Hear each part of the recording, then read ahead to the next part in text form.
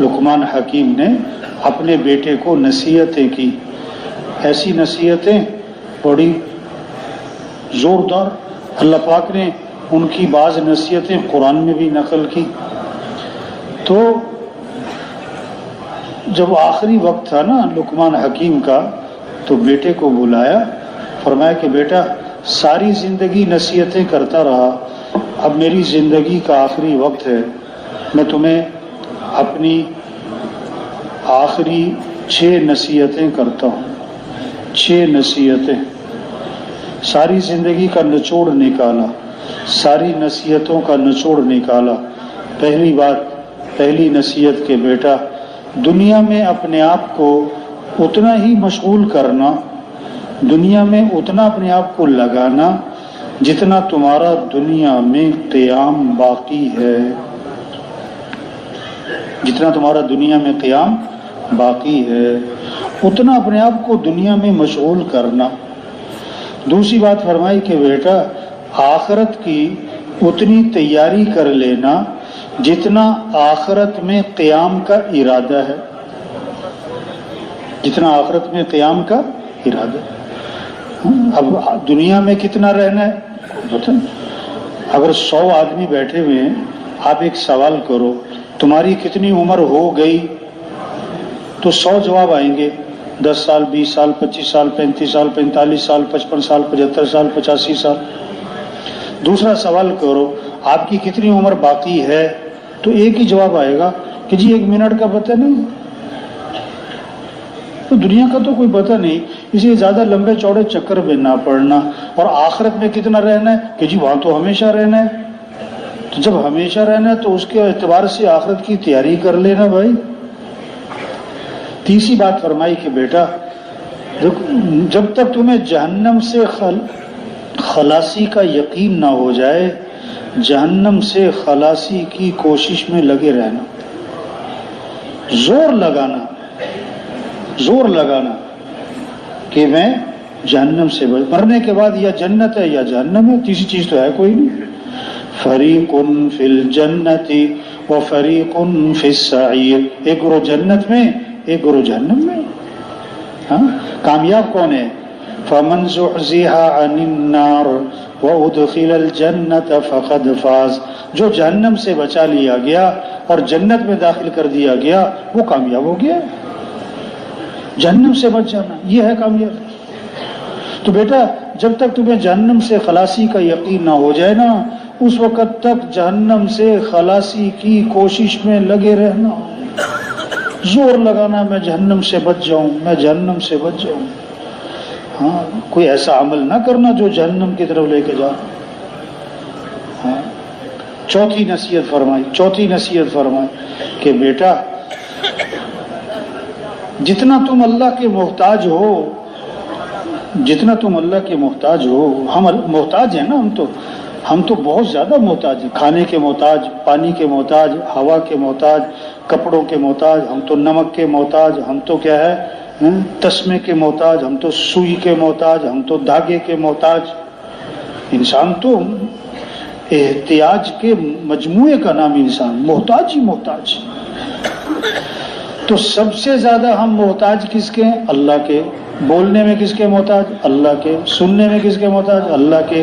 کھانے میں، پینے میں، چبانے میں، نگلنے میں، اٹھنے میں، بیٹھنے میں، سانس لینے میں، دل کے دھڑکنے میں، ہر آن، ہر گھڑی، ہر حال، ہر وقت ہم کس کے محتاج؟ اللہ کے۔ 1 منٹ میں 1 مرتبہ نہیں بلکہ 1 لمحے میں ہم کروڑ مرتبہ اللہ کے محتاج ہیں۔ تو بیٹا جتنا تم اللہ کے محتاج ہو نا، اتنی اللہ کی عبادت کر لینا، اتنا اللہ کو راضی کر لینا جتنا تم اللہ کے محتاج ہو۔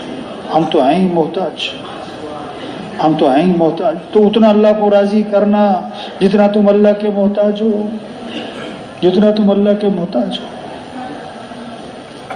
5ویں نصیحت فرمائی، بیٹا جب کوئی گناہ کرنا چاہو تو آدمی کی عادت ہے، جب آدمی نے غلط کام کرنا ہو نا تو آدمی دائیں بائیں دیکھتا ہے، کوئی دیکھ تو نہیں رہا، کوئی دیکھ تو نہیں رہا، چھپ کے کرتا ہے نا. تو جب تم کوئی گناہ کرنا چاہو تو کوئی ایسی جگہ تلاش کر لینا جہاں اللہ اور اس کے فرشتے تمہیں نہ دیکھ رہے ہوں. کوئی ایسی جگہ تلاش کر لینا. ہاں، استاد نے شاگردوں کو ایک ایک چوزا دیا، ایک ایک چھری دی کہ وہاں ذبح کر کے لاؤ جہاں کوئی نہ دیکھ رہا ہو.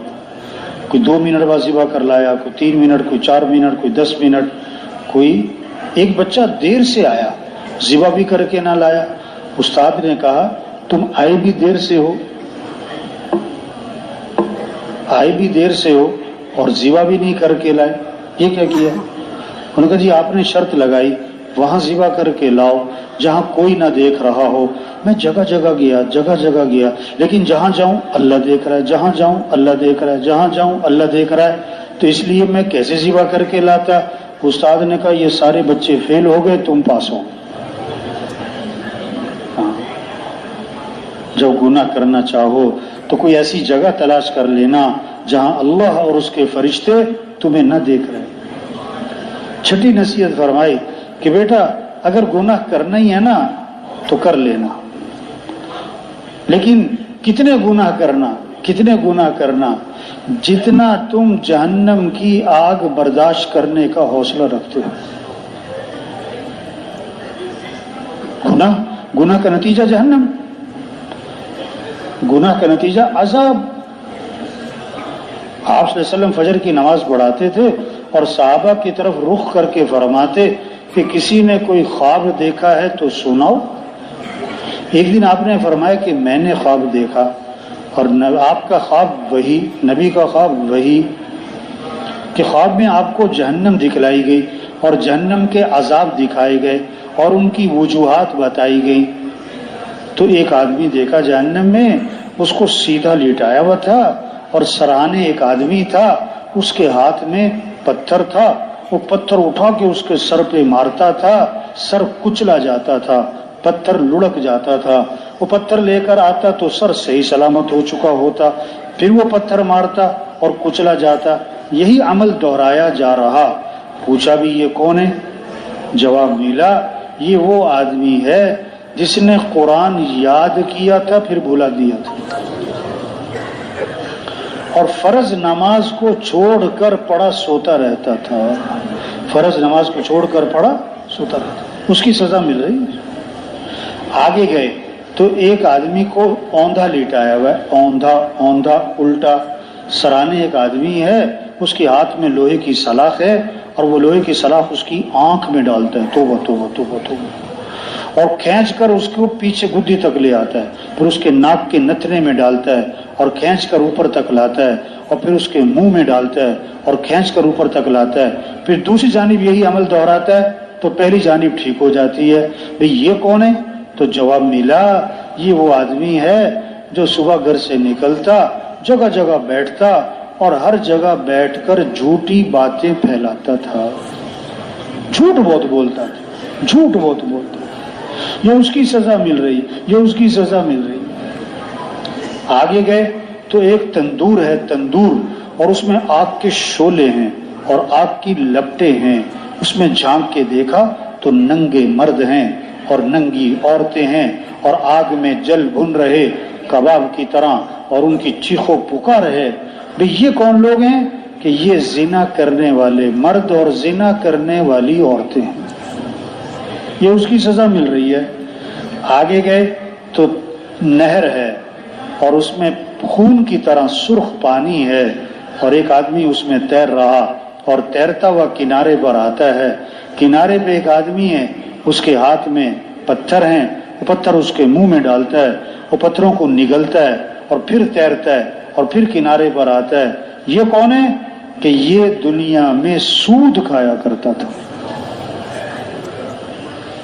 تو بیٹا جتنا جہنم کی آگ برداشت کرنے کا حوصلہ ہے نا، اتنے گناہوں پر جرت کر لینا. تو بھائیو یہ دنیا اصل نہیں ہے، اصل تو آخرت ہے جو ہمیشہ کی زندگی ہے، کبھی ختم نہ ہونے والی ہے، کبھی ختم نہ ہونے والی.